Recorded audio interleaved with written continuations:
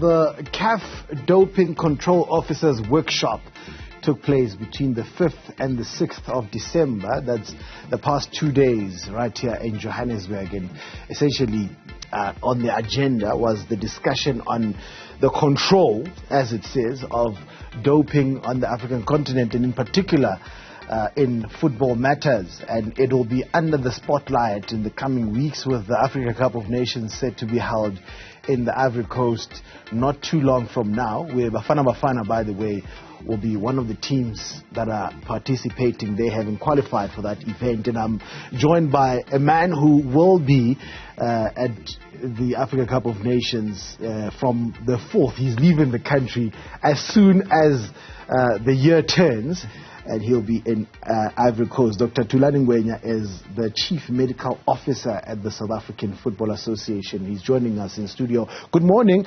Good to see you again. You have not been with us on 405 for some time now. Good to have you back. Good morning, Benji, and good morning to your viewers. It's good to be back. I've been traveling quite a lot, covering both CAF and FIFA work, but it's good to be back. Yes, here. Yes, you've been busy.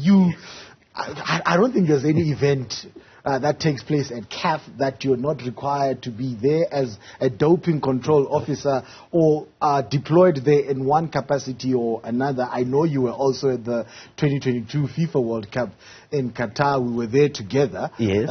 Yes. So you've been quite busy. But, yes. And I've also been in Argentina for the Under-20 World Cup. Yes, I remember. After that, yeah, you are one man who's hard to find here at home. Yes. But the past 2 days have essentially been about what? What was the main cause of the workshop here in Johannesburg? So, CAF, I'm part of the CAF Medical Committee. So the plan here is to make sure that the sport is a free and fair sport as FIFA dictates. And we want to make sure that the people that are participating there, they are not using sports performance enhancers, and to make sure that the teams that are winning the AFCON or they're winning the CAF competitions, they are actually not using anything to aid their performance. So with that plan, then CAF decided to put together a workshop where we are actually trying to train 3 doping control officers per country, because we know that job starts at the country. Yes, at the AFCON level is the final stage, but we're essentially training more doping control officers so that we can do more doping control at a country level. So we have managed to at least train 2 doping control officers per country, and it is a huge step. And FIFA was also here. The head of FIFA anti-doping unit was here to be part of the workshop, and we had a number of discussion in terms of how to actually make sure that we make this sport doping free. And we saw some of the pictures just a moment ago from that workshop that was held over the last 2 days. And I understand 41 medical practitioners were in attendance from across the continent.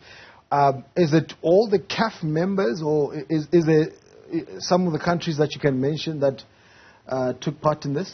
Yeah, it is essentially most of the CAF members, because it was short notice. We had some challenges with getting some other countries to send delegates, but what we are planning is that we're going to go to those countries that didn't come so that we train them there. But what we have done now, we have trained enough to cover quite all the regions at CAF. So we had all the regions represented. We had most North African countries, West African countries, East African countries, and here in Southern Africa we had most countries represented. And with that, then it means that if we didn't have, for instance, we didn't have a representative from Zimbabwe, then it means that a doping control officer from Angola can actually go to Zimbabwe if there's any CAF match. But with that said, because we have trained a number of people in the region, then the people in the region can actually train other doping control officers. For instance, here in South Africa, then I have a responsibility to train even more, or rather to bring more into the database so that we can cover all corners. of the country, because you remember that doping is not only about sports performance, it is also about drugs that are dangerous to the athletes, and we have seen quite a number of athletes also in our country dying, you know, so we are covering quite a huge scope. I'm interested to know what a room full of 41 doctors is like, what the conversation is like. Do you talk football, or do you talk is it medical talk? We talk sports medicine, but we are in football, so whatever we are talking is football medicine. So yes, it is medicine essentially, but how it can actually help football, which is a sporting code, how it can help the development of football. So we are using our expertise in medicine to help develop football. So it's essentially everything is medical, but in football. Yeah. How difficult is it, though, Dr. Ngwenya, to control doping or lessen doping in third world countries? And we know Africa is still struggling when it comes to the technology. Yeah. In some countries, it's still far back. Yeah. Others more than some of the likes of South Africa. Yes.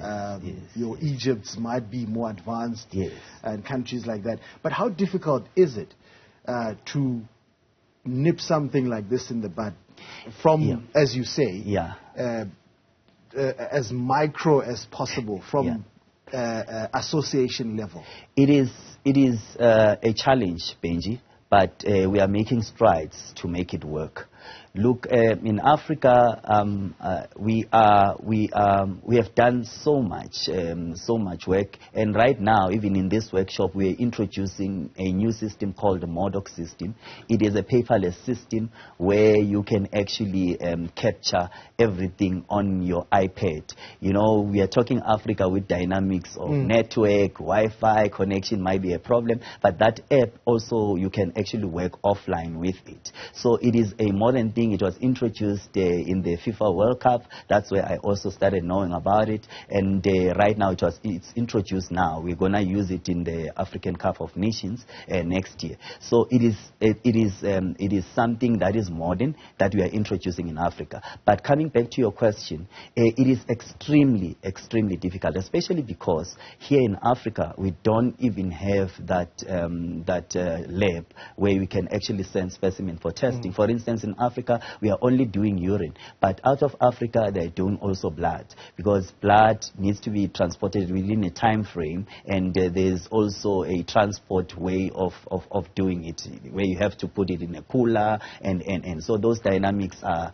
a challenge in Africa. So that is why we are doing only urine. Is it more accurate? Is one more accurate than the other?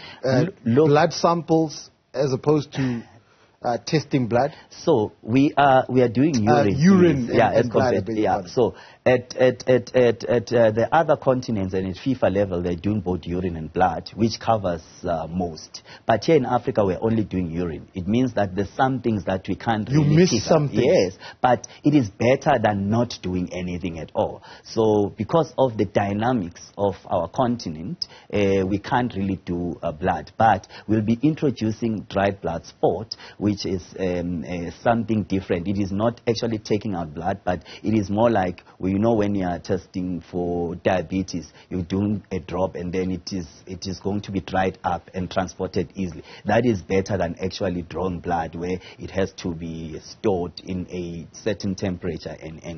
So we are getting there slowly, but as CAF has done so much to really try and deal with the issues of doping. That is actually evidenced by the teams that are qualifying for the FIFA World Cup, where they are tested both blood and urine. They still come back negative. Then it says that they are aware of what is happening, and they are aware that there's banned substances, and it says that CAF is actually doing something that is good. One of the arguments when it comes to doping, or when you hear that an athlete has tested positive for a banned substance, is whether it was deliberate or it was just pure negligence from the athlete or the player. issues of diet have always been there in Africa, and you may argue that players coming from Europe, their nutrition is, you know, a little bit more controlled than some of the lesser professional leagues in Africa. How do you deal with that? To say, okay, as an athlete, you need to know what not to ingest. Because this is a banned substance. And do they even have, do all the countries have a list? I know WADA it publishes a list of banned substances, and it's actually renewed every year. It's updated. Yes. So WADA has published the 2024 ban list already. So it is all about education. So we've received the list, we've circulated, even here in South Africa, we've circulated to different clubs so that they are aware that this is a new updated list. But it goes down to education and education. But having said that, Benji, now athletes need to also understand that according to the WADA code, they are responsible for what gets into their body, what goes into what they eat or what they get injected with. They are responsible for that. It is not another person, so they need to take responsibility. So what we always advise athletes is that if you are sick, rather go to a sports physician who will actually give you not a GP. Because general practitioners would give you something that will help you for your medical condition, but maybe they wouldn't know that that substance and is it's not necessarily wrong. It is, what they give you, but it might have something that's performance enhancing. Absolutely. And another dynamic in South Africa, we've got the issue of weed, dagga, marijuana. It is accepted in South Africa. You can even plant it in your backyard. It's fine. And we see some athletes actually using it as a recreational drug because they're saying it calms them down.